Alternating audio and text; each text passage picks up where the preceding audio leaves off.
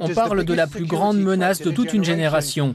Des milliers d'Européens radicalisés et recrutés pour combattre en Syrie et en Irak. L'Europe affirme qu'elle a pris la mesure de cette menace, mais sa stratégie est-elle coordonnée? Bienvenue dans On the Front Line.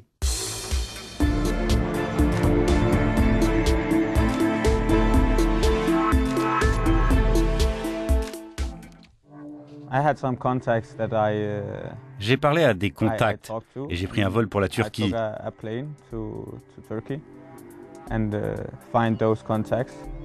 J'ai trouvé ces contacts, rejoint la frontière entre la Turquie et la Syrie, et puis j'ai sauté par-dessus la barrière et me voilà en Syrie.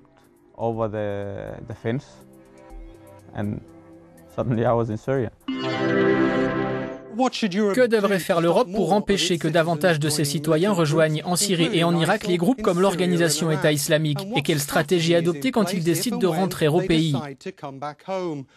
Avec moi pour en parler, Jean-Charles Brizard, expert français en contre-terrorisme, Marc Pierini, ex-ambassadeur de l'UE en Turquie et en Syrie, et puis en duplex de Londres, Hanif Kadir, ex-djihadiste qui a rejoint les talibans en Afghanistan en 2002 et qui est aujourd'hui directeur d'Active Change Foundation où il travaille à la prévention de l'extrémisme violent. Messieurs, merci de nous rejoindre dans On the Front Line. J'aimerais commencer avec vous, Jean-Charles Brizard. Cette menace est-elle supposée ou bien réelle?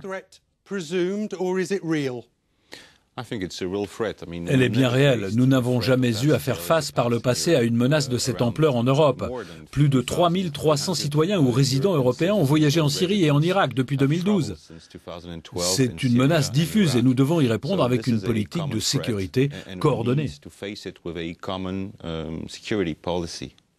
Marc Pierini, si la menace est réelle, pourquoi l'Europe a-t-elle été si lente à réagir?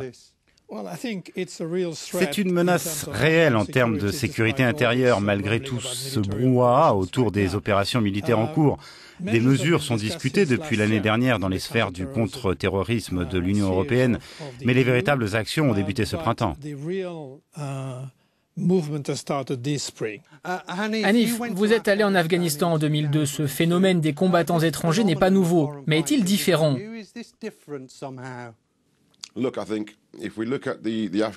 Si vous regardez la situation afghane, beaucoup de gens du monde entier y sont allés. C'est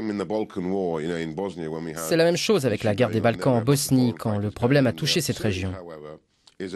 Beaucoup de combattants étrangers y sont allés. En Syrie, en revanche, c'est une toute autre paire de manches.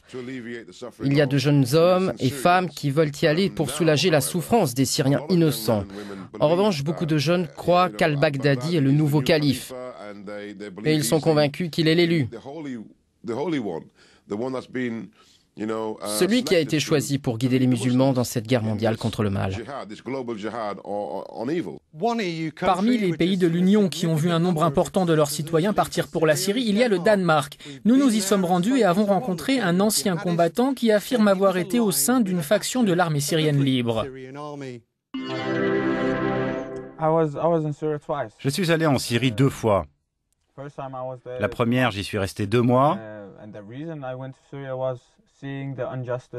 C'est de voir l'injustice imposée au peuple syrien par l'oppresseur Assad et voir le monde entier qui regarde sans rien faire qui m'a poussé à y aller.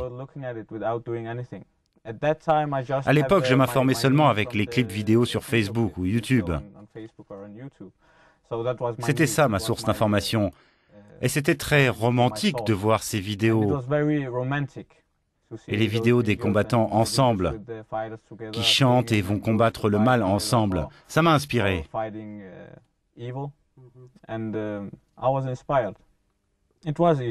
C'était facile. C'était facile. Ça m'a pris 1 journée. Il n'y avait pas de sécurité, personne qui posait de questions. J'ai pris un avion pour Istanbul et de là, un bus pour la frontière. Âgé d'une vingtaine d'années, Abdel, nous avons modifié son nom à sa demande, est rentré au Danemark à la fin de l'année dernière. Il a passé en tout 3 mois en Syrie. Il affirme qu'il n'avait pas été contrôlé quand il était rentré au Danemark après son premier passage en Syrie en 2012. Ce n'est qu'au retour de son second séjour que les autorités danoises ont commencé à l'interroger. Mon expérience en Syrie ne m'a pas radicalisé davantage, ou fait de moi comment diriez-vous, une plus grande menace pour la société européenne. Je pense que mon séjour en Syrie, où j'ai pu voir le conflit, m'a rendu moins radical que je ne l'étais avant d'y aller. En Syrie, on m'appelait le Danois. Donc même en Syrie, je n'étais pas syrien, j'étais danois. La Syrie n'est pas mon pays c'est le Danemark, je suis danois.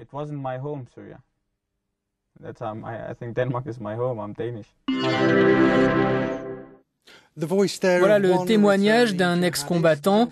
Jean-Charles Brizard, que devraient faire les gouvernements européens avec les gens comme lui? Leur retirer leur passeport? En faire des apatrides? La plupart des gouvernements européens essayent d'empêcher ce phénomène. Autrement dit, nous croyons qu'il est déjà trop tard quand ces gens parviennent à se rendre dans des zones étrangères de combat. Mais que faut-il faire d'eux? Parce qu'ils vont revenir, non?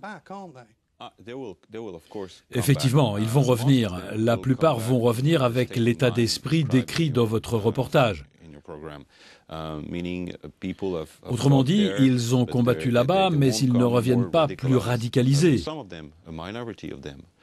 Mais une partie d'entre eux, une minorité, on estime à environ une personne sur 9 qui revient du djihad en Afghanistan, en Bosnie ou ailleurs, essaiera de commettre des actes terroristes ici, sur notre territoire.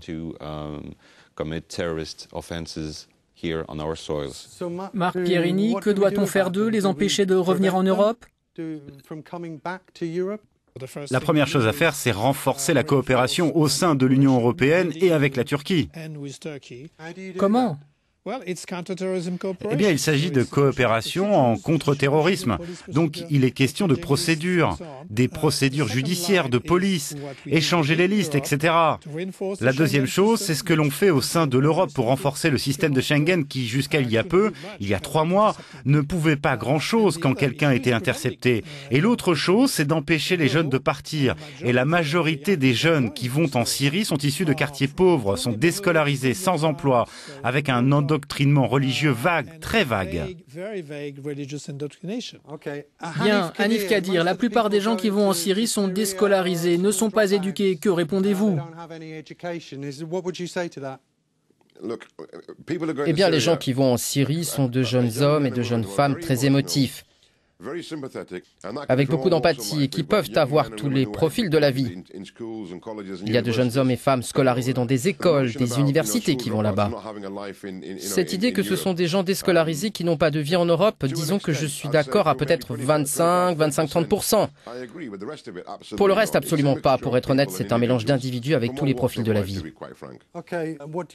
Que répondez-vous? De toute évidence, la crise économique en Europe et le fait que la xénophobie anti-musulmane se développe a également son influence.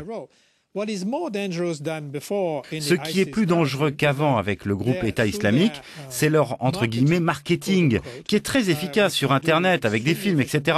Ils offrent un projet de vie, ils offrent une aventure. Voilà la nouveauté. Revenons à Schengen, Jean-Charles Brizard.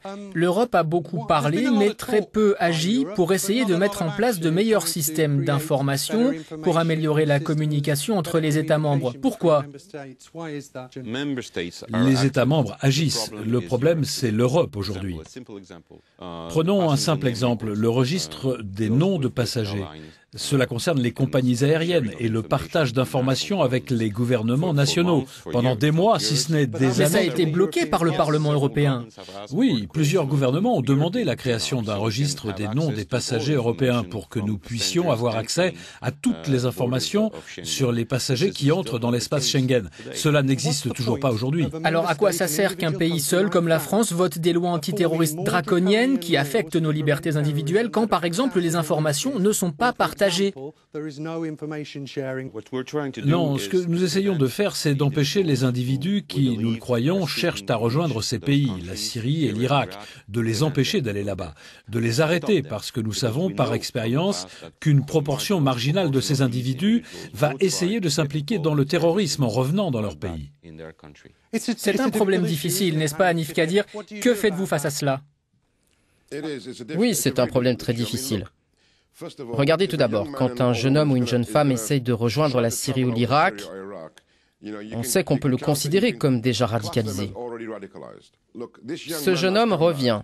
Il est probablement revenu parce que ce qu'il a vu là-bas ne correspond pas à ce pourquoi il avait signé au départ. Maintenant, il y a des groupes radicaux comme celui de l'État islamique et Jabhat al-Nusra qui tuent aussi bien les musulmans que les non-musulmans là-bas. Alors quand il y a des jeunes qui vont là-bas simplement pour des motifs humanitaires et puis qui reviennent ou veulent revenir, c'est avec ces gens-là que nous devons travailler, recueillir leur expérience, leur histoire et leur faire partager dans nos communautés afin que les jeunes se rendent compte de la réalité sur le terrain en Syrie. Mon expérience, être revenu d'Afghanistan, m'aide en permanence. Bien sûr, tous ceux qui reviennent, en particulier dans nos pays, sont interrogés par la police, qui essaie de comprendre leurs motifs. N'est-ce pas un peu trop léger? Non, on ne peut pas poursuivre tout le monde en justice. Nous parlons de centaines de gens et demain peut-être de milliers de gens. On ne peut pas poursuivre tout le monde. Ce que l'on peut faire, c'est mettre en place, comme cela a été dit, des processus de déradicalisation, avec des gens qui témoignent de ce qu'ils ont vu, avec des gens qui apportent la contradiction à ceux qui veulent partir. Tous ces processus sont très importants pour réintégrer ces gens dans une vie normale.